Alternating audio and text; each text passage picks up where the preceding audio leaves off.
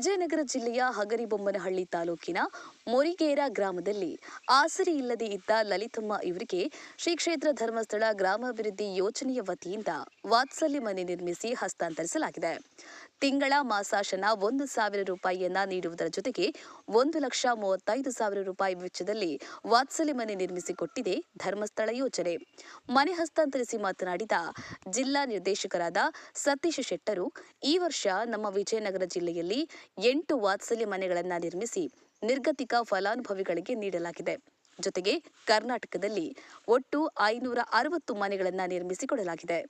ಆಸರೆ ಇಲ್ಲದ ಸುಮಾರು 25,000 ಜನರಿಗೆ ತಿಂಗಳಿಗೆ 1,000ದಂತೆ ಮಾಸಾಶನ, 75,000 ವಿದ್ಯಾರ್ಥಿಗಳಿಗೆ ಸ್ಕಾಲರ್ಶಿಪ್, 11,600 ದೇವಸ್ಥಾನಗಳ ಜೀರ್ಣೋದ್ಧಾರಕ್ಕೆ ಧನ ಸಹಾಯ ನೀಡಿದ್ದು, ಲಕ್ಷಾಂತರ ಜನರಿಗೆ ಸಾಲ ವಿತರಣೆ ಮಾಡಿ ಬ್ಯಾಂಕ್ನಲ್ಲಿ ವಿವರಿಸಲು ಅವಕಾಶ ಕಲ್ಪಿಸಿಕೊಟ್ಟಿದೆ.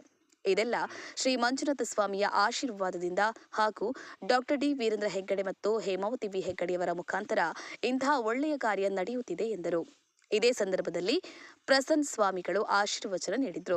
ಈ ಸಂದರ್ಭದಲ್ಲಿ ಗ್ರಾಮ ಪಂಚಾಯತ್ನ ಸದಸ್ಯರಾದ ನಾಗರಾಜ್ ಮಹೇಶ್, ಕವಿತಾ, ಜಂಟಿ ಕಾರ್ಯದರ್ಶಿ ಪೊನ್ನಪ್ಪ, ಜನಜಾಗೃತಿ ವೇದಿಕೆ ಸದಸ್ಯರಾದ ದಿವಾಕರ್ ಕೊಟ್ರೇಶ್, ಕೃಷ್ಣಮೂರ್ತಿ, ಸೋಮಶೇಖರ್, ತಾಲೂಕು ಯೋಜನಾಧಿಕಾರಿ ಶ್ರೀಮತಿ ವಾಣಿಶ್ರೀ, ಸೇವಾ ಪ್ರತಿನಿಧಿಗಳಾದ ಪೂಜಾ ನಾಗವೇಣಿ, ಒಕ್ಕೂಟದ ಅಧ್ಯಕ್ಷರಾದ ಹಳ್ಳಿ ಲಲಿತಮ್ಮ, ಕಟ್ಟಡಗಟ್ಟಿದ ಮೇಸ್ತ್ರಿ ಬಸವರಾಜ್ ಹಾಗೂ ಇನ್ನೂ ಅನೇಕರು ಮೋರಿಕೇರಿ ಗ್ರಾಮದ ಗ್ರಾಮಸ್ಥರು ಉಪಸ್ಥಿತರಿದ್ದರು.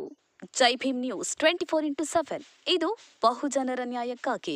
ಸಂಸಾರ ಇಲ್ಲ, ಕುಟುಂಬ ಇಲ್ಲ, ಆದರೆ ನಾನೇ ಮಗನಾಗಿ ಮೋರಿಗೇರಿಗೆ ಹೋಗಿ ಲಲಿತಮ್ಮನಿಗೆ ಒಂದು ಮನೆಯನ್ನು ಕಟ್ಟಿಕೊಡ್ತೇನೆ ಅನ್ನುವಂಥ ದೊಡ್ಡ ಪ್ರಸಾದ ರೂಪವನ್ನು ಲಲಿತಮ್ಮನಿಗೆ ಆ ಮಂಜುನಾಥ ಸ್ವಾಮಿ ಕೊಟ್ಟಿದ್ದಾನೆ.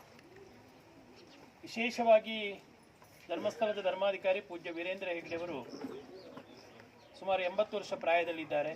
19ನೇ ವರ್ಷದಲ್ಲಿ ಮಂಜುನಾಥನ ಸೇವೆಯನ್ನು ಮಾಡಲಿಕ್ಕೆ ಧರ್ಮಾಧಿಕಾರಿಯಾಗಿ ಆ ಮಂಜುನಾಥನ ಪೀಠವನ್ನು ಅಲಂಕಾರ ಮಾಡಿದರು. ಸುಮಾರು 55 ವರ್ಷಗಳಿಂದ ನಿರಂತರವಾಗಿ ಅವರಿಗಿಂತ ಮೊದಲಿದ್ದಂಥ 20 ತಲೆಮಾರಿನ ಧರ್ಮಾಧಿಕಾರಿಗಳು ಧರ್ಮಸ್ಥಳಕ್ಕೆ ಬರುವಂಥ ಭಕ್ತರನ್ನು ಅವರಿಗೆ ಏನು ಧರ್ಮಸ್ಥಳದ ನ್ಯಾಯ ಇದೆ, ಧರ್ಮ ಇದೆ, ಅದನ್ನು ಪಾಲಿಸ್ತಾ ಬಂದಿದ್ದರು. ಆದರೆ ಈಗಿನ ಧರ್ಮಾಧಿಕಾರಿಗಳು ಧರ್ಮಸ್ಥಳದ ಮಂಜುನಾಥ ಸ್ವಾಮಿ ಧರ್ಮಸ್ಥಳಕ್ಕೆ ಬಂದಂಥ ಭಕ್ತರಿಗೆ ಮಾತ್ರ ಅಲ್ಲಿಯ ದಾನ ಧರ್ಮಗಳು ಅಲ್ಲಿ ಮಾತ್ರ ಬಂದವರಿಗೆ ಸಿಗ್ತಿತ್ತು. ಅದಾಗಬಾರ್ದು. ಧರ್ಮಸ್ಥಳದ ಮಂಜುನಾಥ ಸ್ವಾಮಿಯೇ ಇಡೀ ರಾಜ್ಯ, ಇಡೀ ರಾಷ್ಟ್ರದ ಮನೆ ಮನೆಗಳಿಗೆ ಹೋಗುವ ಮಾಡಬೇಕು ಅಂತ ಹೇಳುವಂಥ ತೀರ್ಮಾನವನ್ನು ತಗೊಂಡು ಬಡ ಜನರಿಗೋಸ್ಕರ 16 ಕಾರ್ಯಕ್ರಮಗಳನ್ನು, ಸುಮಾರು 58 ಕಾರ್ಯಕ್ರಮಗಳು ಧರ್ಮಸ್ಥಳ ಯೋಜನೆಯ ಮೂಲಕ